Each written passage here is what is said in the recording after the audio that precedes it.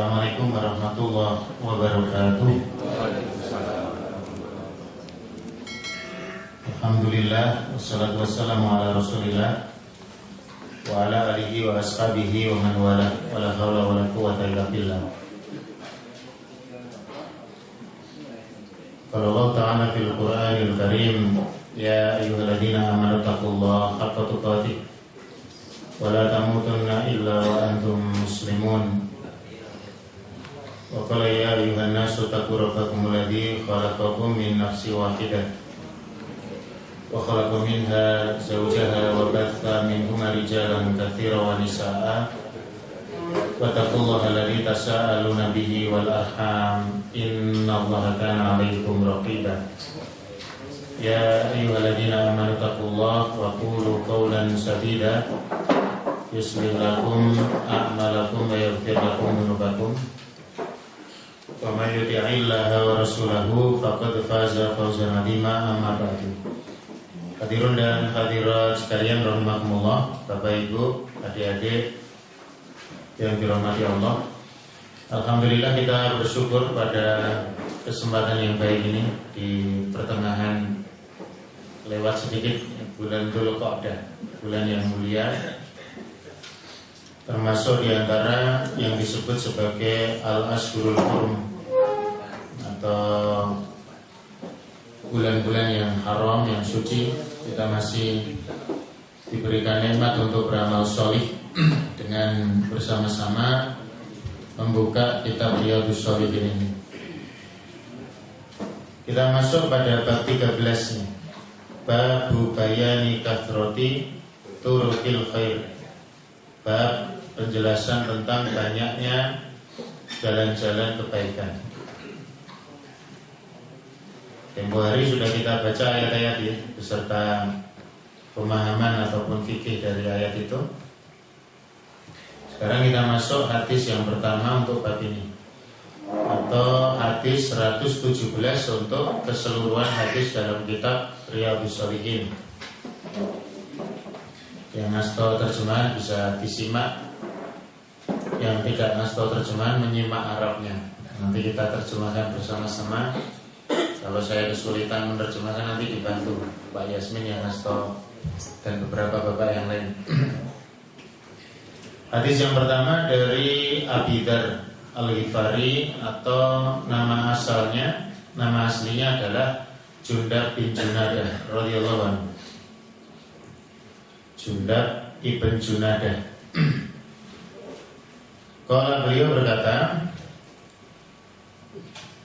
qultu, saya bertanya, ya Rasulullah, wahai Rasulullah, ayyul amali afdalu, amal apakah yang paling afdal dari sekian banyak amal?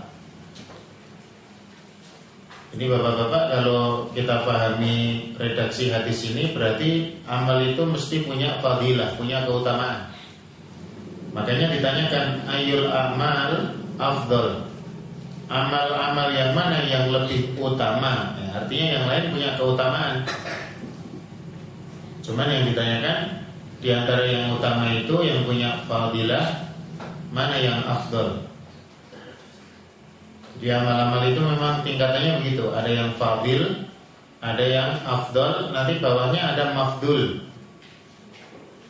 Contoh mafdul itu amal punya keutamaan tapi masih kalah dengan yang keutamanya lebih besar lagi. Sholat qobliyah rawatib, qobliyah sunnah rawatib, qobliyah asar. Ada qobliyah asar itu disunahkan tapi bukan termasuk rawatib yang muakkad ya. Dia yang ghair muakkad. Rasul tidak selalu menjaga ya, asring dipunlambai tapi kadang-kadang juga ditinggal. 2 rakaat kali 2 qobliyah asar itu mafdul, dia punya keutamaan tapi fadilahnya tadi masih di bawah 2 rakaat qobliyah subuh misalkan, karena dia afdal. Ada yang nanti fadil, yang punya keutamaan tidak sehebat qobliyah subuh tapi lebih hebat daripada qobliyah asar, yaitu qobliyah duhur. Ya, qobliyah duhur ini 2 kali 2 itu semuanya muakkadah menurut hitungan yang 12 rakaat yang rawatib muakkadah. sahabat bertanya, amal mana yang paling utama? Qala, maka Nabi menjawab, al-imanu billah wal jihadu fi sabilih. Beriman kepada Allah. Wawunya ini menunjukkan apa ya? Saya lupa itu ungkapan para ulama itu, kelanjutan itu namanya apa? Ya, ataf yang memaknai apa? Kelanjutan urutan ya. Setelah iman kemudian ente berjihad fisabilillah. Ya. Jadi urutan. Sebab jihad tanpa iman itu tidak akan terrealisasi. Sebagaimana ketika sahabat bertanya kepada Rasulullah SAW untuk membuktikan keislamannya, maka perintah Nabi, aslim tsumma qatil. Ente muslim dulu baru berperang, jangan membuktikan perang dulu untuk baru lagi mlebu Islam. Seperti sistematika orang sekarang kan begitu. Ya sampean bukti keseno. Mate sih lagi aku tak akoni, mati kok diakoni ya. Sudah habis ya baru diakoni. Tidak, Islam membuka jalan orang itu untuk mulia. Kalau dia mati, ya mati syahid dengan keimanannya itu. Nanti kita kaji insyaallah. Kemudian yang kedua, qultu, saya bertanya lagi, Jundab ini, Abu Dzar ini, ayyur riqabi afdalu. Nah, riqab ini dimaknai apa? Hamba sahaya ya. Budak ini kalau diterjemahkan dimaknai budak. Hamba sahaya manakah yang lebih utama? Qala, maka Nabi memberikan jawaban, anfasuha inda ahliha wa aktsaruha thamanan. Kalau terjemahnya yaitu anfas itu yang paling berharga ya. Yang paling disayang lah ya. Ada kata-kata nafas, anfas itu lebih berharga. Yang lebih berharga menurut pemiliknya dan yang lebih mahal.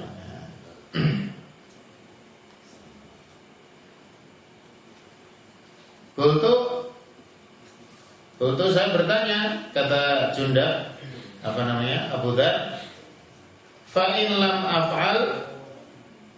Nah ini kita tahu Abu Dzar Al-Ghifari ini kan orang lemah ya. Dia secara materi juga bukan orang yang berpunya, tapi juga sempat punya semangat minta jabatan dan sebagainya. Pun dia juga bukan seorang yang punya kemampuan manajerial yang bagus. Maka bahasa beliau, Abu Dzar ini kan bertanya. Tadi kan ditanya tentang iman kemudian jihad. Jihad itu butuh duit. Riqab, hamba sahaya itu hubungannya juga dengan uang. Karena disebut oleh Nabi, yang paling berharga itu ya yang paling mahal. Jadi cara memerdekakan budak itu saya larang regane, ganjarane saya elok. Saya disenangi juragane, kemudian kita merdekakan dengan harga yang mahal itu, ganjarane saya elok. Abu Dzar tidak bisa Pak melakukan itu. Fa in lam af'al, kalau saya tidak bisa melakukan itu bagaimana? Jihad dengan harta yang tidak bisa. Kalau jihad dengan jiwa juga didukung dengan jihad harta. Sementara untuk budak ini saya juga tidak mempunyainya. Nah, kalau kita pahami begitu ya.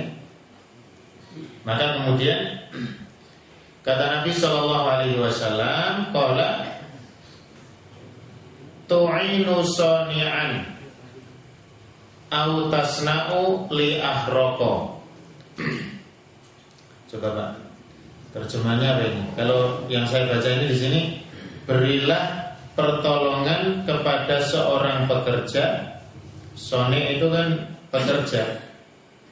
Atau engkau mengerjakan sesuatu kepada orang yang tidak begitu punya skill dalam pekerjaannya. Ada catatan di sini ya. Akhraq itu alladzi la yutqin ma yuhawilu fi'lahu. Orang yang tidak mempunyai apa sih? Ya, skill ya dalam pekerjaan yang dia geluti. Jadi tidak begitu ahli. Ya iso nyopir, tekan ngendi-ngendi ning nabrak ya apa-apa pamane. Ya iso dagang, pasar-pasar dia hafal, tapi keuntungannya tidak begitu hebat. Ya kurang ahli lah, tapi tetap menekuni itu. Maka kata Nabi Shallallahu Alaihi Wasallam, kalau ente tidak bisa berjihad atau punya budak kemudian ente merdekakan, tu'inu sonian, ente bantu, sampean bantu para pekerja atau sampean membantu orang-orang yang tidak begitu bisa menekuni pekerjaannya. Ya nuwun sewu, kalau ada orang ngeduk nih gendeng, Piai limo, Abu Dzar ikut jadi orang yang keenam, kan menjadi terbantu. Ada kerja bakti apa, dia ikut membantu orang-orang yang tidak bisa menyempurnakan pekerjaannya itu. Coba sekarang Abu Dzar bertanya lagi, kultu, saya bertanya, ya Rasulullah, wahai Rasulullah, ara'aita in da'uftu an ba'dil amal. Nah, ini menarik ya.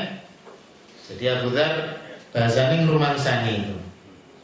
Ya Rasulullah, jenengan kan perso kalau saya ini lemah dari sebagian amal. Artinya bondo yo rapati duwe, kemudian bantu orang ini kira-kira ora dipercaya. Kalau minggu paling untuk jatah, gaweane ora tambah elok, malah tanggungannya tambah oke ya. Biasa Pak, ada orang begitu. Saya ini termasuk yang begitu. Kalau ada undangan kerja bakti, orang-orang sudah hafal Pak Sadi jatai damel tempelangan.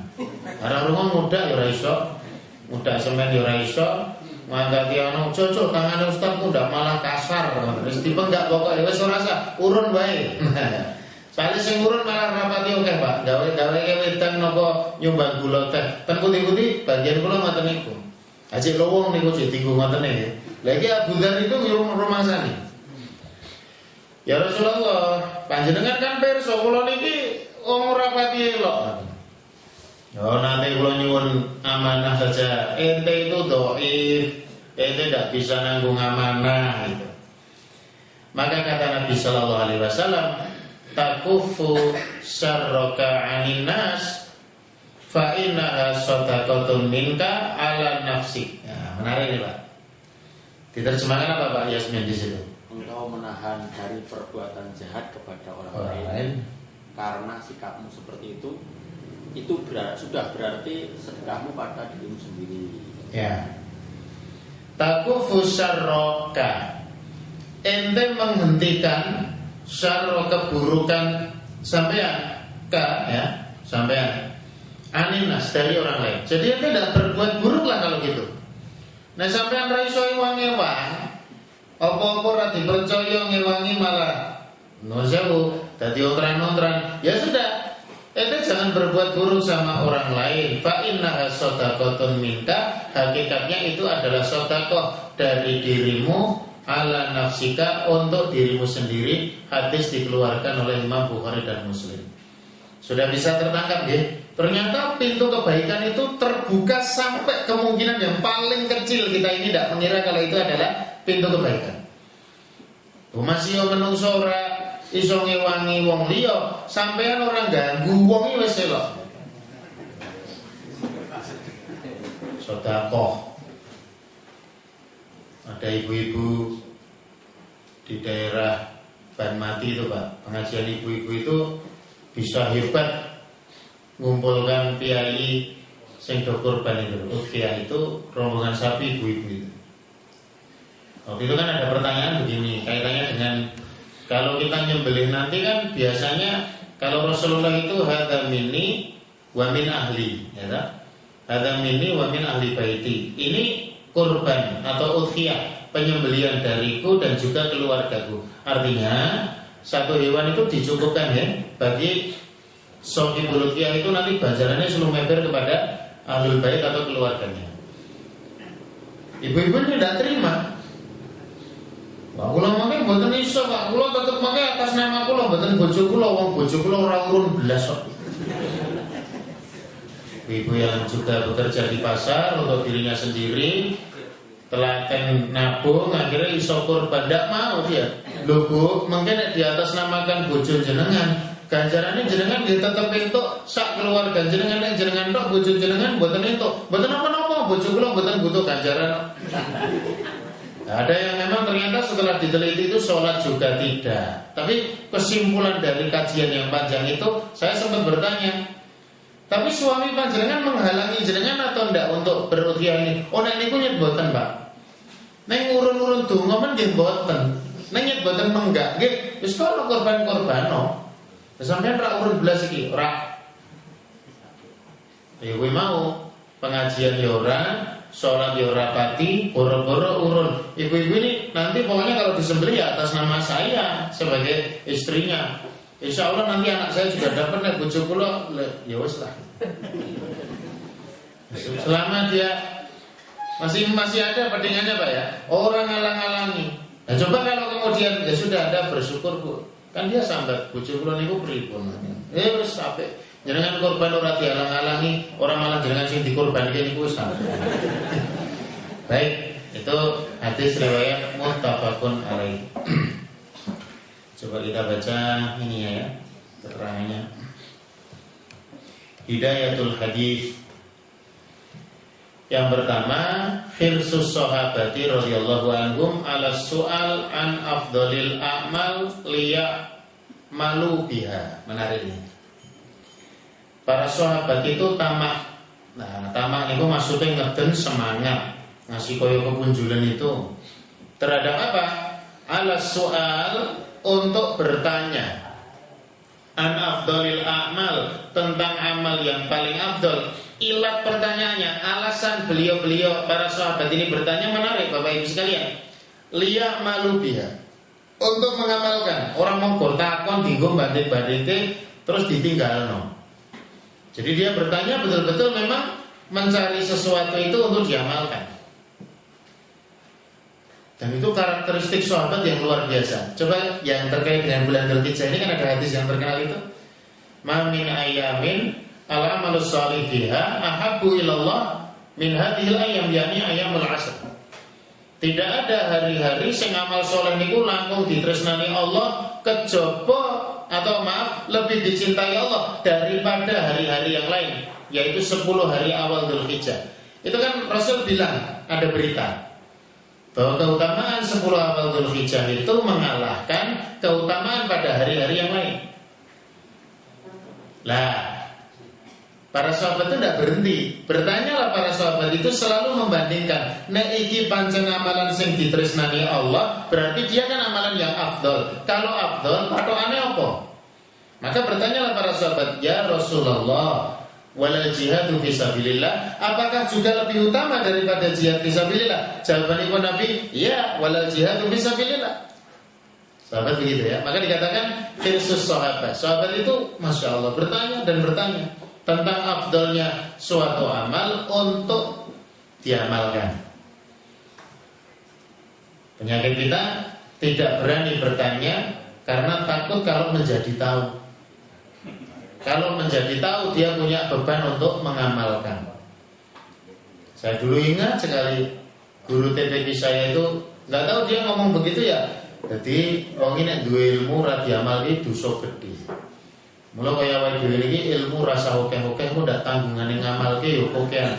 Dia ngomong begitu itu karena mungkin berhati-hati. Ketika ilmu itu tidak diamalkan itu akan jadi persoalan. Mula nek orang ngerti ya menggunakan dalil ayat itu, la tasalu an asya'in tubdalakum tasukum, ojo takon babakan apa wae engko yen sampean ngerti malah dadi ngrusak sampean. Tapi tidak begitu. Mestinya muslim itu kan punya kepinginan untuk meningkat ya, Bapak Ibu adik-adik sekalian. Baik. Wa hadza huwa sya'nul muwaffiqina min ibadillah. Mestinya muwaffiqin min ibadillah taala. Fal wajib 'alal 'abdi an yuhrisa 'ala afdhalil a'mal al muqarrabati ila Allah liyu'adzima ajruh. Jadi orang-orang yang diberikan taufik dari kalangan hamba-hamba Allah itu begitu. Niki non sewu ya. Jadi maaf Pak. Nanti kita menakar pakai hati nurani kita. Dipun mangsulakan kepada kerentek manah kita di dalam menerima kebenaran. Hati kita kan pasti nanti bertanya. Ada kemarin ketika kita sampaikan tentang bulan Dzulqa'dah, orang bertanya detail itu. Malu dia bertanya di forum, habis itu ketemu. Buatan Pak Sadi kula mengajeng takon asline kautamane poso tanggal 1 tekan tanggal 9 niku napa? Dzulhijjah. Dia bertanya itu, saya paham betul orang ini bukan dalam rangka ngetes Ustadz, bukan dalam rangka meninggalkan itu, tapi sepertinya memang dia pengen mengamalkan itu, tapi ingin memperkuat dasar daripada ataupun landasan daripada pengamalan ipun menikah dengan beberapa keutamaan. Tentu keutamaan itu adalah keutamaan yang diberitakan oleh Rasulullah SAW. Sebab memang beredar hadis-hadis palsu itu, tanggal 1 kalau puasa keutamaannya begini. Itu bertepatan dengan keluarnya Nabi Yunus dari perut ikan. Tanggal 2 bertepatan dengan keluarnya Nabi Yusuf dari penjara dan sebagainya. Tapi hadis-hadis itu kan lemah, bahkan palsu. Jadi orang-orang yang diberikan taufik itu begitu. Nah nanti kalau hati kita begitu, Masya Allah, ternyata ada pertanyaan-pertanyaan yang menggugah kita, pengen ngerti keutamaannya apa dalam rangka mengejar dan gayuh keutamaan itu. Berbahagialah kita. Berarti kita diberikan taufik oleh Allah Subhanahu wa taala. Maka ungkapan beliau pensyarah hadis ini, fal wajibu 'alal 'abdi, wajib buat seorang hamba an yuhriso 'ala afdhalil amal al muqarrabah ilallah, untuk mencari, ya bahasanya mencari itu dibolehi tenanan. Apa jenenge ngeker-eker dalil atau menganalisa dan sebagainya, supaya mengetahui amal yang paling afdal yang bisa mendekatkan dirinya kepada Allah untuk bisa memperbanyak pahala. Ini yang pertama. Jadi sebetulnya bicara fadhail al-amal atau keutamaan amal itu penting, bagus sekali. Cuman kadang orang tadi terperangkap dengan stigma, ya. Ada kitab Fadhailul Amal karya Syekh Maulana Yusuf Al-Kandahlawi itu yang biasa dipakai saudara kita jamaah tabligh. Buku itu kan bagus sebetulnya. Bahwa kemudian ada catatan-catatan hadis dhaif yang banyak beredar, hadis maudhu yang kadang-kadang muncul, itu juga menghiasi kitab-kitab yang lain gitu. Jangan kemudian karena judulnya Fadilah Amal dikaji oleh teman-teman JT, jamaah tabligh atau jaulah atau macam-macam namanya ya. Kemudian kita karena tidak senang dengan kelompoknya, ya tidak adil kita menilai. Ojo cak, fadilah amal ya hati-hati loh. Sampai yang ngamal pokoknya kira-kira sing muktasid wae. Nah, muktasid itu kalau di Muhammadiyah sekarang sudah tidak lagi diartikan iktisad fil amal, itu tidak diartikan ekonomis, tidak, tapi proporsional. Majelis Takjih sudah mengungkapkan itu. Pak Samsul Anwar selaku ketua menyebutkan bukan ekonomis, tapi proporsional. Sesuk Dzulhijjah niku sejatine poso sing diutamake niku napa to, Pak? Tanggal 9 tok napa 8 napa pripun? 9 tok. 9 tok ora enek liyane poso tanggal 1 to 9 kuwi pajarane sapa? Lah wingi pengajian ten kali sikit jare Sadi ngoten niku. Oh wis Sadi. Nah, aku krungu lha kowe iku ya 9 kuwi ngoten. Lho kula nglakonine rung karuan. Sok nglakonine malah kula ya 9 tok. Memang betul hadis yang menerangkan khusus tentang keutamaan siam itu hanya disebut tanggal 9. Tapi kita kan nggak bisa memahami hadis ini mau kaya ngono kuwi. Coba nanti jenengan bersani. Seluruh hadis hadis yang diriwayatkan oleh Imam Bukhari yang saya sebutkan tadi, diriwayatkan oleh Abdullah bin Abbas, itu seluruh ulama yang mensyarah hadis dalam Sahih Bukhari, Imam Nawawi, Imam Ibnu Rajab, Imam Al-Qastolani dan yang lain semuanya menyebutkan al-amalus sholih fiha ahabbu ilallah. Amal soleh iki luwih ditresnani dening Allah nek mbok lakoni ning 10 awal Dzulhijjah itu termasuk siam. Sehingga Ibnu Rajab dalam Lataiful Ma'arif itu mengurai keutamaan khusus siam tanggal 1 sampai 9 Dzulhijjah. Bukan 10 hari loh. Ada yang berdalil Rano Rasul kira tahu poso 10 dina muput kejaba Ramadan. Dasarnya perkataan Aisyah radhiyallahu anha, makana Rasulullah sallallahu alaihi wasallam yasumul asra qattu. Memang betul Nabi tidak pernah 10 hari muput itu. Nah, ini 9 hari kok, bukan 10 hari. Ini contoh Pak ya. Jadi memang nanti fadilah amal ini penting kan bagi Muhammadiyah untuk banyak ngaji. Soalnya dewi ini dikritisi oleh, sebenarnya tidak ada urusan ya, orang lain mau mengkritisi kita itu tidak ada urusan, kita sama Allah betul. Tapi jangan kemudian kita mempertahankan Allah koyo awake dhewe ini biarlah anjing menggonggong kafilah tetap berjalan. Ning ora tau ngamal ya ora iso. Ruhiyah kita ini yang sekarang ini perlu untuk kita dandani. Nah, tokoh-tokoh kita dulu juga begitu. Mereka hebat itu karena amal-amal sunnahnya itu tidak terlewatkan. Baik. Yang kedua, Sona'iul ma'rufi linnas min afdalil qurubati indallah. Produsen kebaikan bagi manusia itu adalah takor pendekatan kepada Allah yang paling afdal. Jadi nek digoleki pundi sing paling utami, memang mereka yang produktif melakukan kebaikan, termasuk produktif ajak-ajak piyai sanes, produktif di dalam berdakwah, dan dia sendiri mengamalkan apa yang dia ajak untuk orang lain, itu adalah takor pendekatan kita yang paling afdol. Sebab semakin produktif panjenengan di dalam beribadah itu pahalanya semakin besar. Jadi kalau ada ustaz jauh ngisi pengajian sing diisi jamaah akeh 1.500 napa sing disampaikan itu sing nglakoni 1.000. Nah, itu dia menjadi berpahala karena ajakan kebaikannya sing ngeloni wong akeh. Ajak-ajak marang wong 1.500 sing mangkat wong 1.000. Mergone memang sing dijak sing mangkat piyai 1.000 niku. Nah, bagaimana dengan yang pengajian sing teko sithik, sing teko mau 10. Nang 10 niku wong elok kabeh duwe buntut kabeh. 10 dikandani manut kabeh, saben wong siji duwe buntut meneh wong 50. 50 ping 10 ya di 500. Ganjarane nggih terus, mangke buntute sing wong 50-50 niku ya duwe buntut terus. Oh, itu terus, Pak. Produktivitas dalam beramal itu diukur dengan tadi mansan nasunatan fil Islam hasanatan ya. Siapa yang mengajak-ajak terhadap kebaikan di dalam Islam ini satu kebaikan, yaitu tadi pahalanya terus mengalir buat dia, tidak mengurangi sama sekali. Pahala orang yang melakukan perbuatan itu dan mengajak lagi kepada orang lain. Jadi silakan jenengan makanya menjadi dai ini bukan hitung-hitungan apa-apa. La ayah dia bika rajulan wahidan khairun laka min humrin na'am. Anda bisa ngasih hidayah irsyad, ajak-ajak kepada satu orang melalui nasihat kita, nasihat Anda semua, itu lebih baik daripada unta terbaik pada masa Rasulullah diberikan kepada kita. Baik, ini yang kedua. Yang ketiga, kaful adza 'anin nas min akhlaqil muslim wal wajibu 'alal jami' at-tahalli biha. Menahan untuk berbuat buruk kepada manusia adalah akhlak muslim.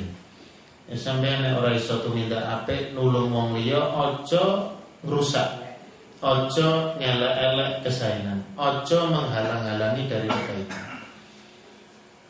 Nah, sekarang ini program yang betul-betul dibiayai oleh musuh-musuh Islam, disebutkan oleh Dr. Sa'duddin As-Sayyid Saleh dalam Mu'ammarat Didal Islam. Konspirasi menentang Islam itu tadi Pak, pola menghalangi orang dari kebaikan ini.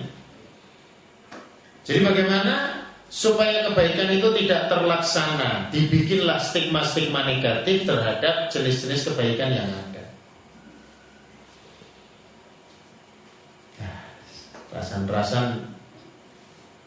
ngerasani babakan ini ngaji ma'iyah karo Cak Nun genah.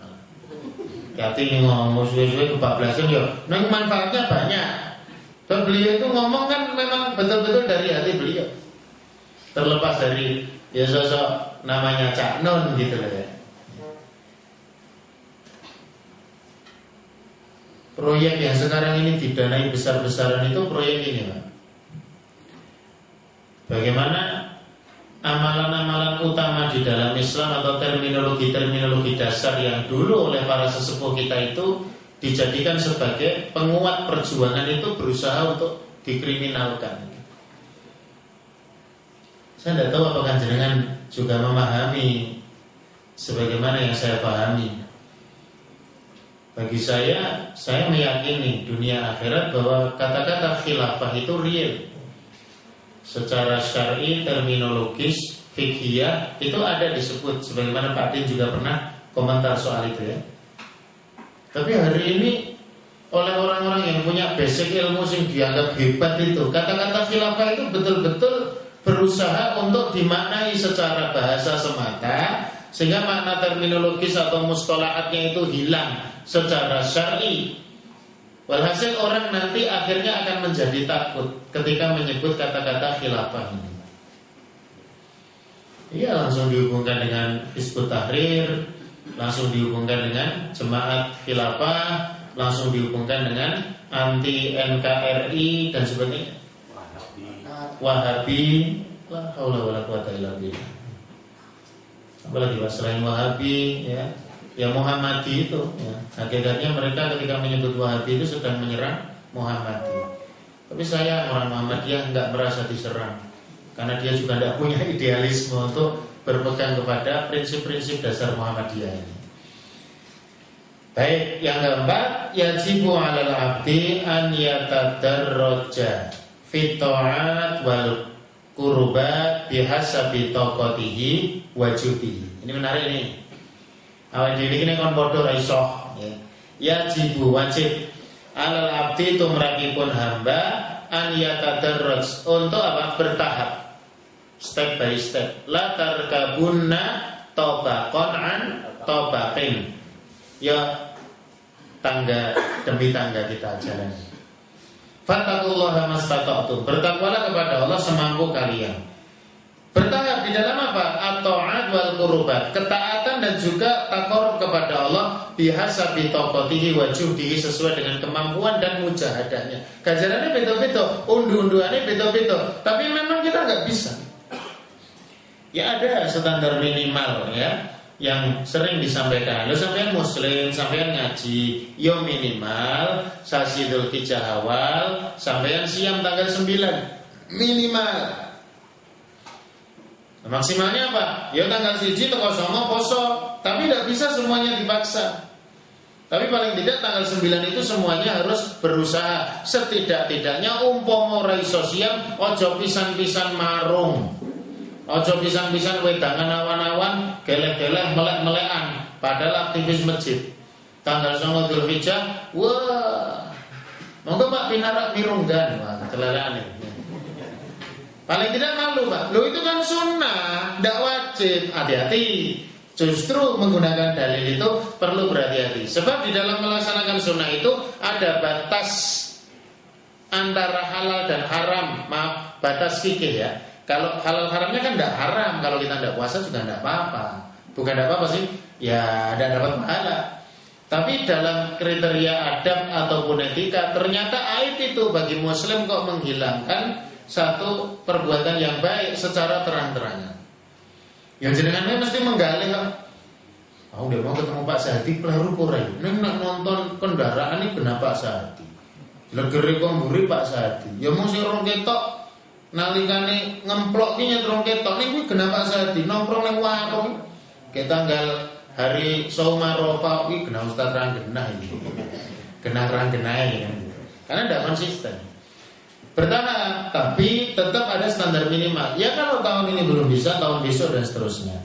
Fayahrusu 'alal anfa, dia mencoba mencari mana yang lebih manfaat buat dia. Wala yaksal, tidak boleh males-malesan. Fa inna ahabbal amali ilallah adwamuha wa in qallat. Karena amal yang paling dicintai Allah itu tatkala dia continue meskipun sedikit. Nah, sedikit itu mudah, continue-nya ini yang sulit. Maka Rasul bilang dua-duanya harus ada.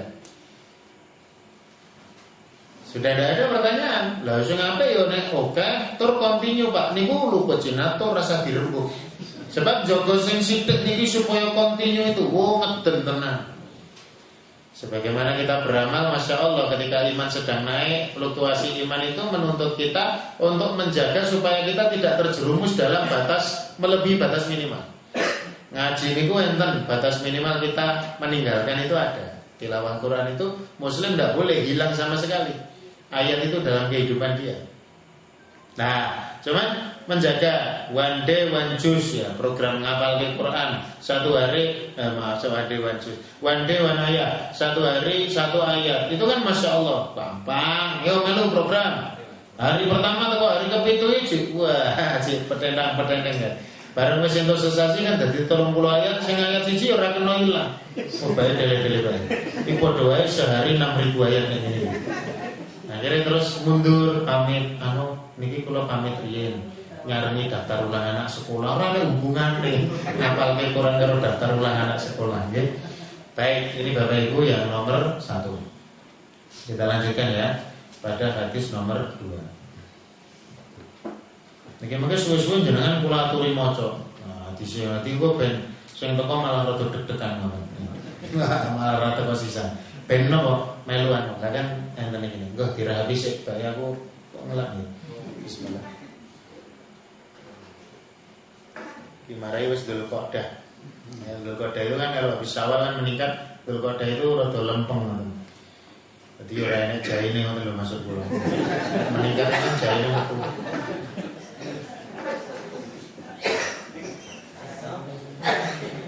Ora soalnya beda, Pak. Jahe mriki kalian mriko. Baik, kita lanjutkan.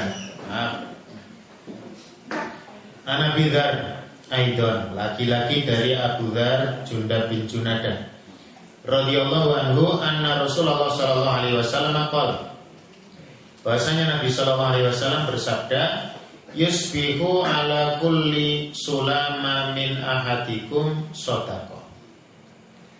Kalau diterjemahkan ini yang coba saya baca, setiap ruas dari salah seorang di antara kalian itu yusbihu, setiap paginya hendaklah diberikan sedekah. Setiap ruas yang kita punyai hendaknya setiap harinya atau setiap paginya ditunaikan bagi ruas-ruas itu sedekah. 360 ruas. Terus sedekahnya berapa? Nah, ini kan hitung-hitungan kita. Tapi dalam kelanjutan hadis itu fakullu tasbihatin shadaqah. Setiap tasbih yang kita ucapkan adalah shadaqah. Subhanallah. Wa kullu tahmidatin shadaqatun. Setiap tahmid walhamdulillah adalah shadaqah. Wa kullu tahlilatin shadaqah. Setiap tahlil adalah shadaqah. Wa kullu takbiratin shadaqatun. Setiap takbir shadaqah. Wa amrun bil ma'ruf, memerintahkan kepada yang ma'ruf adalah shadaqah. Wa nahyun 'anil munkar shadaqah. Terakhir, kesimpulannya sebagaimana sudah kita sering membaca hadis ini, wa yujzi'u min dzalika ra'atani yarka'uhuma min ad-duha. Sedekah sing sampeyan kathahipun kala wau terwakili dengan tasbih, tahmid, tahlil, takbir, amar ma'ruf nahi mungkar, dicukupi kesemuanya dengan 2 rakaat yang dilakukan pada waktu duha. Berarti di sini terang ya, kita baca pintu apa namanya ini faidahnya atau fikihnya. Sholatul duha sunnatun mustahabatun kulla yaumin. Sholat duha itu sunnah yang disukai Allah setiap hari. Karena dulu ada ulama ustadz ya di Solo itu yang terang menyebutkan bahwa sholat duha dia aslinya ora sunnah. Ya dapat waktu itu para ulama Solo menyikapi para kiai, termasuk Kiai Ali Darokah itu, ketika menyikapi ada perkataan begitu, ya ora apa, mungkin piyambakipun ora seneng sholat sunnah, begitu saja. Arep golek kanca ora sholat sunnah. Tapi hakikatnya itu sunnah. Para ulama sepakat ini. Wahia tujzi'u 'ani shadaqatil wajibati 'ala badnil abdi. Dia akan mencukupi sedekah wajib bagi badan kita yang mestinya kita tunaikan tadi, Pak. Yang kedua, azimu fadlillahi 'alal ibad. Betapa besarnya karunia Allah kepada hamba-hamba, idz fataha lahum abwabal khair al-katsirah. Tatkala pintu kebaikan itu dibukakno sak oke-oke. Dibukakno ora nganggo kunci, tinggal mlebu bledeng sitok-sitok ya ora enek wong ngingkuk itu. Di beberapa tempat maksud saya. Pokoknya jangan sampai kita ini di Muhammadiyah ini bingkai yang demikian indah digagas oleh para founding father kita itu jangan sampai Pak ya, tertutup dengan pintu keutamaan amal tadi yang tidak kita pedulikan. Jadi nonton buku-buku yang sudah disusun oleh sesepuh kita atau bapak-bapak kita di atas itu semuanya mengarah ke sana. Kalau kita kupas secara tafsiriah pedoman hidup Islami warga Muhammadiyah itu ternyata juga Masya Allah itu. Bahkan dulu majelis tabligh dan dakwah khusus waktu itu namanya, ketika dipegang sama Pak Agus Sukoco itu kan sudah beredar waktu itu mutabaah yaumiyah yang standar ya. Jadi catatan amal kita sehari yang itu merupakan kontrol untuk ibadah-ibadah sunnah yang kita lakukan. Komentari manusia ini macam-macam malah ini sih. Lah kok dia malah melu-melu PKS ngopo? Maaf kalau di sini ada aktivis PKS yang agak Muhammadiyah, mohon maaf ya. Lah kok awal dia malah melu jamaah tarbiyah? Loh itu bukan merupakan otoritas mereka yang mereka saja yang berhak, enggak. Itu sistematika yang memang dipakai oleh para anggota pergerakan itu. Ya omong iso ditulis iso ora. Bisa ditulis di kertas, bisa tertata di dalam pikiran dan diamalkan. Baik. Ada sebuah tambahan ini, Pak. Bu, waktu sholat duha yubda'u min irtifa'i syamsi qadra rumkin, yakni ba'da takamuli tulu'i qursi syamsi bi bad'i daqa'iq ila qubaili zawal wa huwa intisafun nahar indama takunu syamsu wasatas sama fala sholata ila antamila syamsu bi bad'i daqa'iq. Diterjemahkan orang rumah di nonton jam ya. Waktu sholat duha itu intinya dimulai sejak waktu syuruk itu. Sudah ada jadwalnya. Dalam jadwal imsakiyah itu sudah ada waktu syuruk itu jam berapa. Lah, sholat isyraq itu yang 2 rakaat dipun lampahi sak sampunipun kita lelenggahan mau zikir di masjid bagi para kakung, diakhiri dengan 2 rakaat isyraq itu menurut sebagian ulama terminologi isyraq itu untuk memudahkan bahwa itu adalah waktu awal duha. Jadi waktu duha yang awal itu ya isyraq itu. Sampai kapan?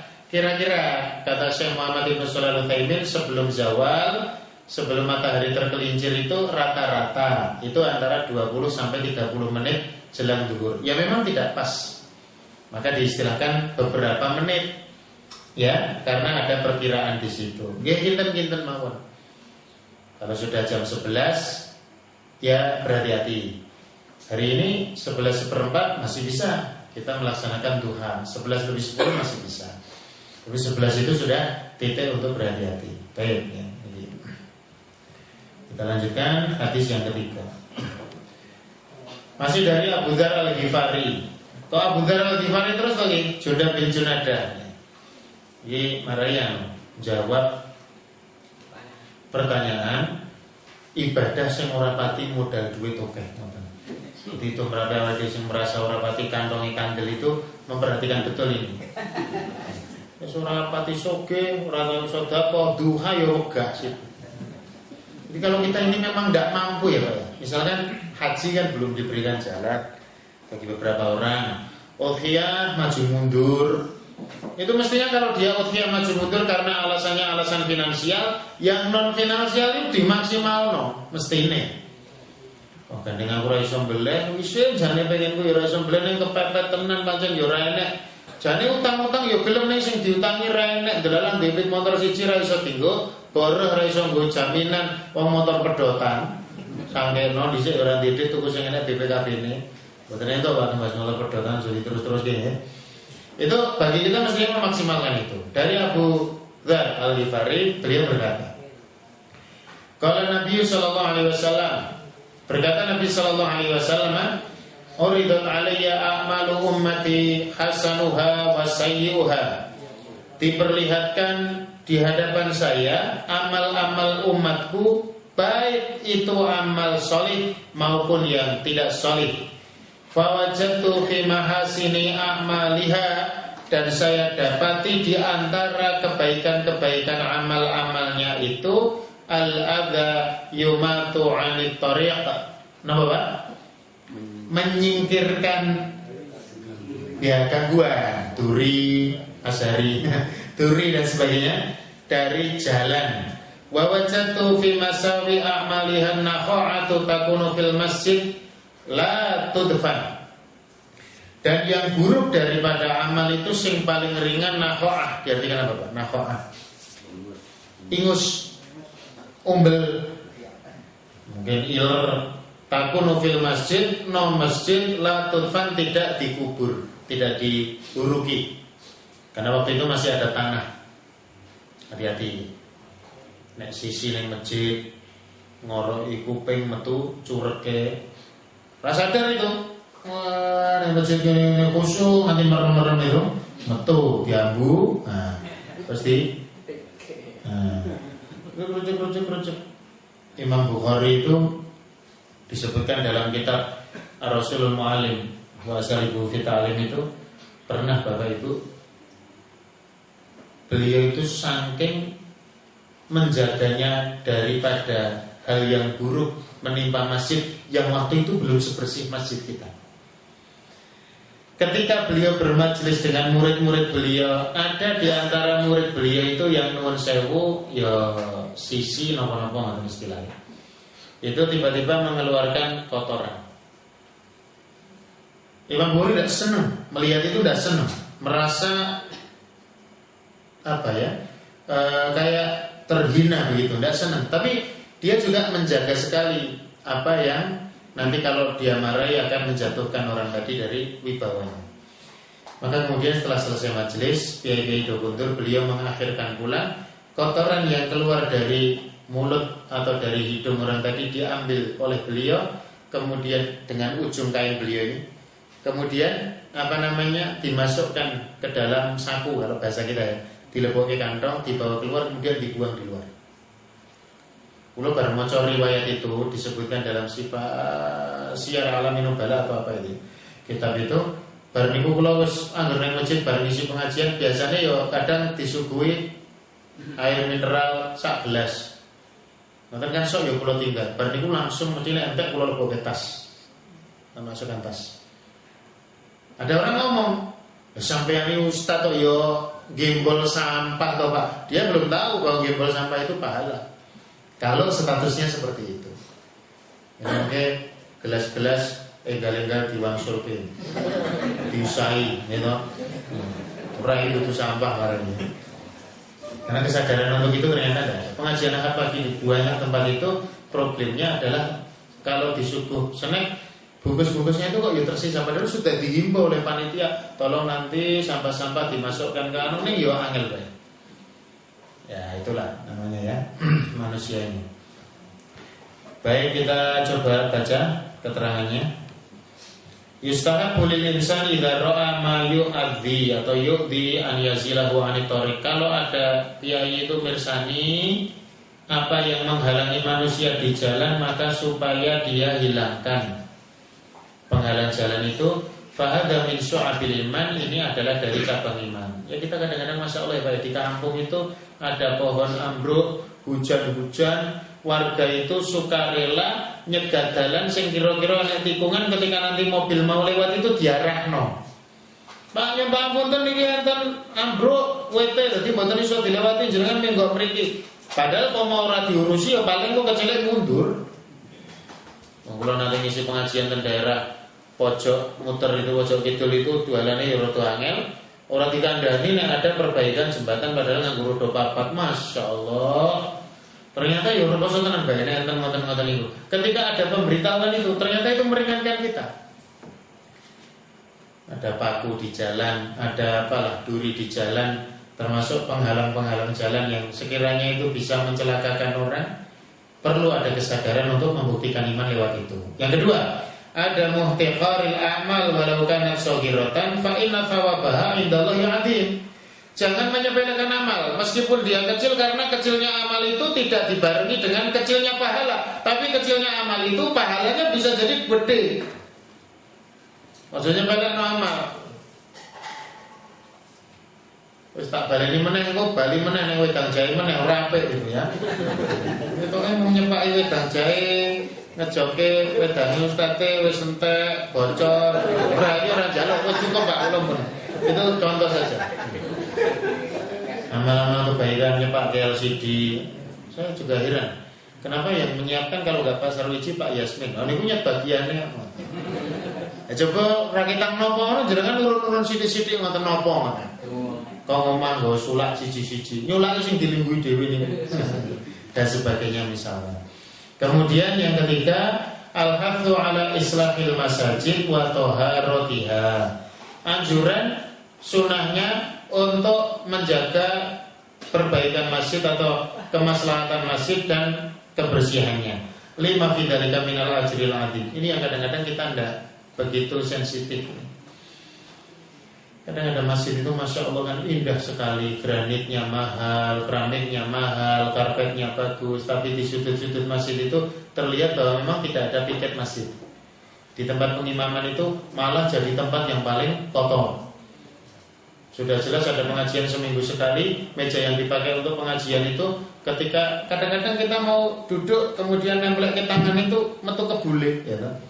Nek arep disulaki dhewe kok ya ora ngomongke wong pirang-pirang, ning kok ya ora pangerti nyulak-nyulake ngoten. Nah ini mohon maaf, bukan persoalan apa-apa, tapi lebih kepada apa? Masjid itu dijaga di situnya. Terutama sing nggon adaan tinggi piyangi niku manggon.